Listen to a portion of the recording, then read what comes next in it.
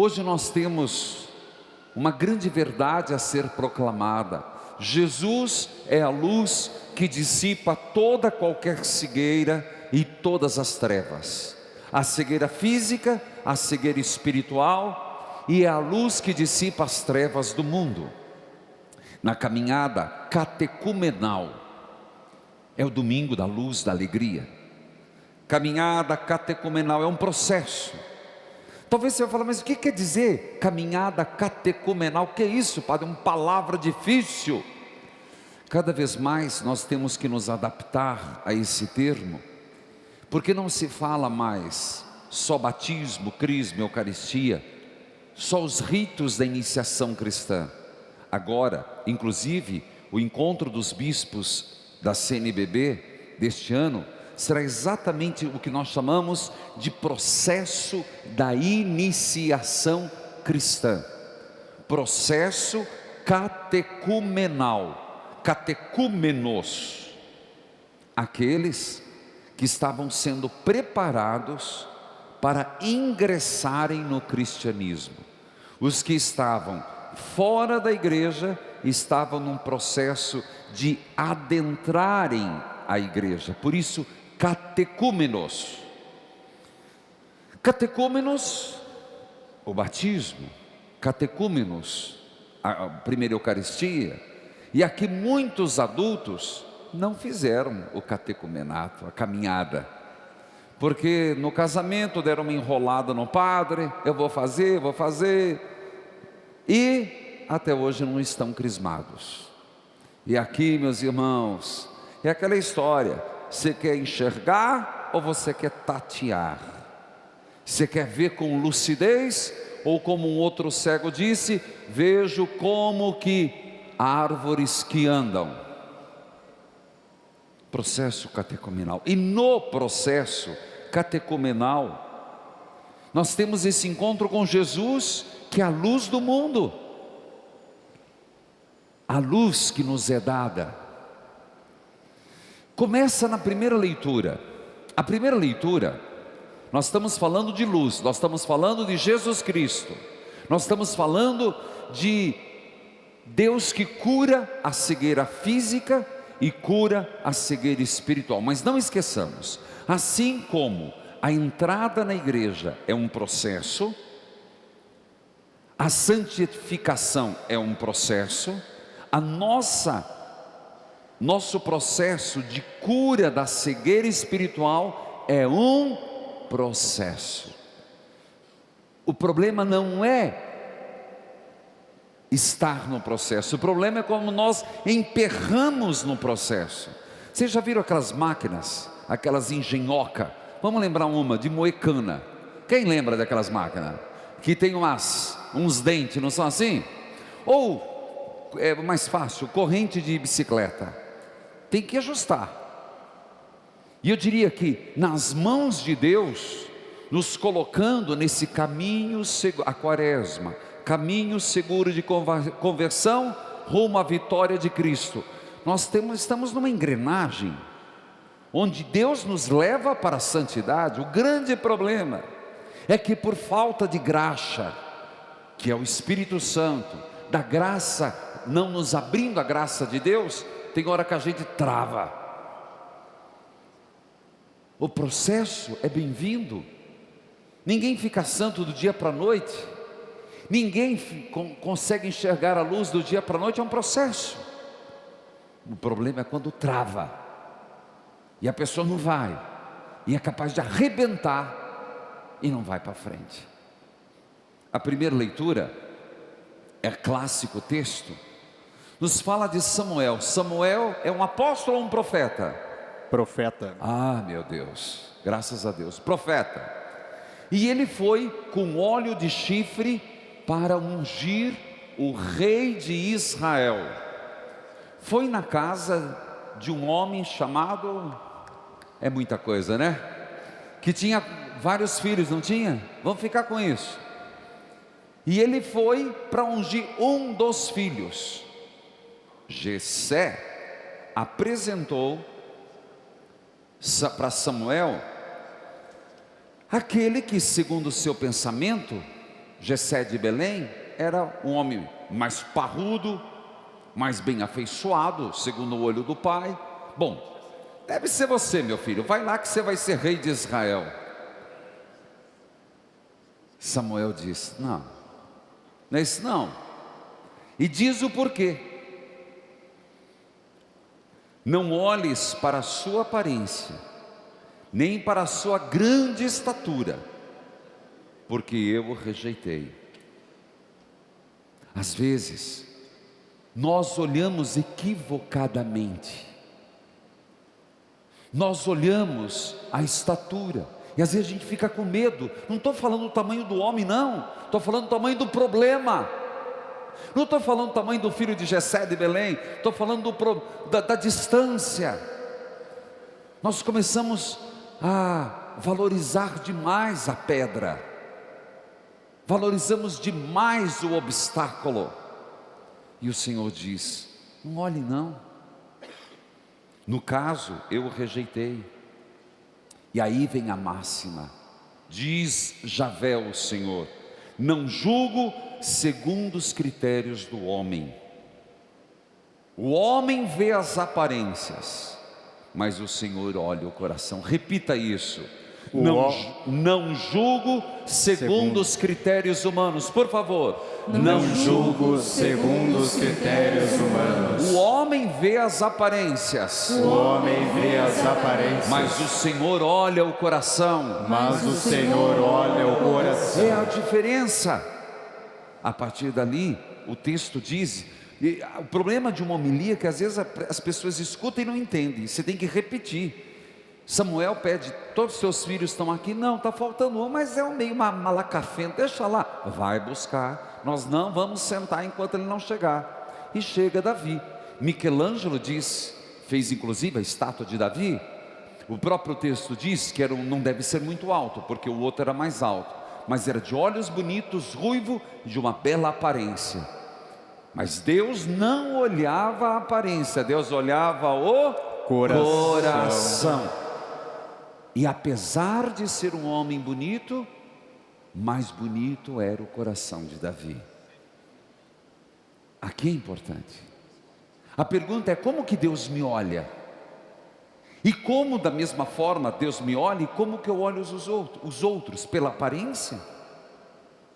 Meu olho está treinado a ver o defeito ou a ver a virtude? Meu olho está treinado a ver a essência ou o supérfluo? Meu olho está treinado a quê? A ver o outro pela etiqueta? A ver o outro pela roupa? A ver o outro pelos bens? Ao ver o outro pelo sobrenome? Aí vem-nos a segunda leitura. Segunda leitura que nos fala: ora, antes erais das trevas. Lembra que eu falei, nós estamos celebrando a luz. Jesus Cristo, a luz. E sem Jesus vivíamos nas trevas, é verdade.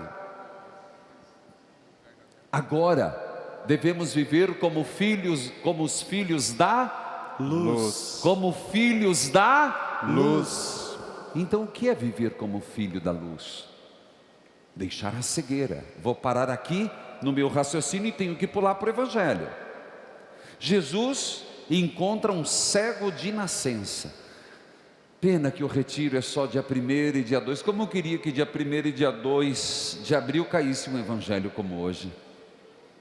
Porque o evangelho é fonte de um dia de pregação. Principalmente aquele processo. O homem era cego de nascença, sim ou não? Sim. Opa! Eu falei cegueira espiritual, vocês afirmaram sim. O homem era cego de nascença? Sim. Sim ou não? Sim. Olha a dúvida. Eita, povo, sim, pode dizer, sim, ele era cego de nascença. Diga, sim, ele era cego de nascença. Não tenha receio. Eu faço essas coisas para ver se as pessoas estão. Não pode ser assim, máquina de receber informação sem assimilar. Não dê tanto crédito a quem fala, não.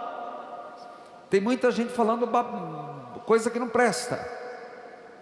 era cego de nascença. Jesus agiu num sábado. Isso para um fariseu era inadmissível. O homem foi curado da cegueira física? Sim. Foi ou não? Sim. Causou um mal-estar. Só que mesmo sendo curado da cegueira física, ainda faltava uma cegueira.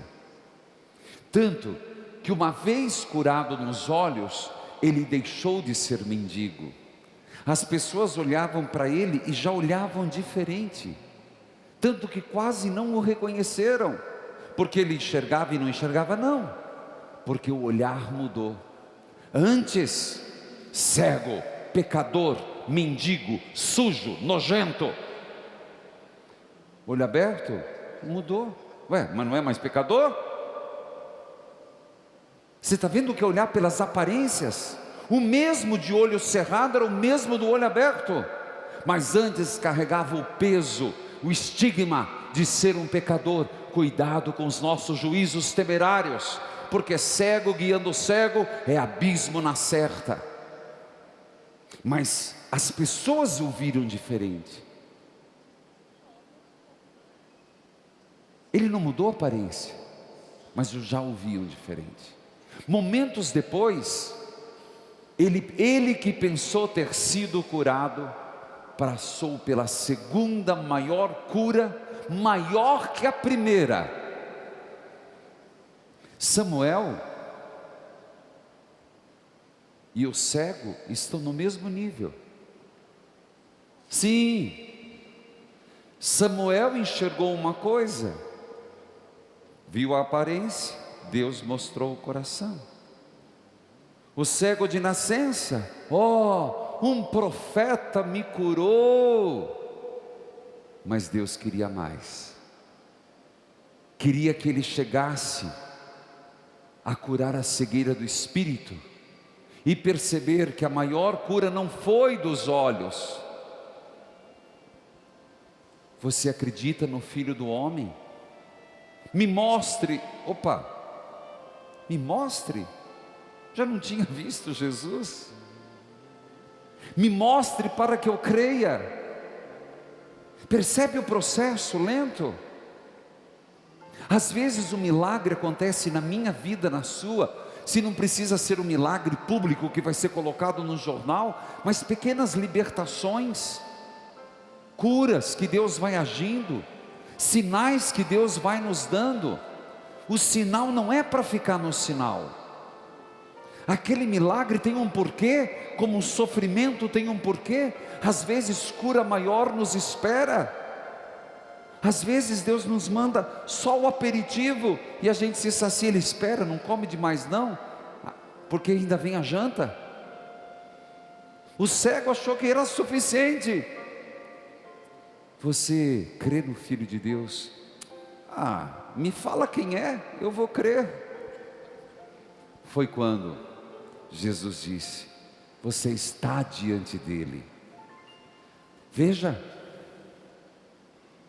me mostre, eu estou aqui. Foi quando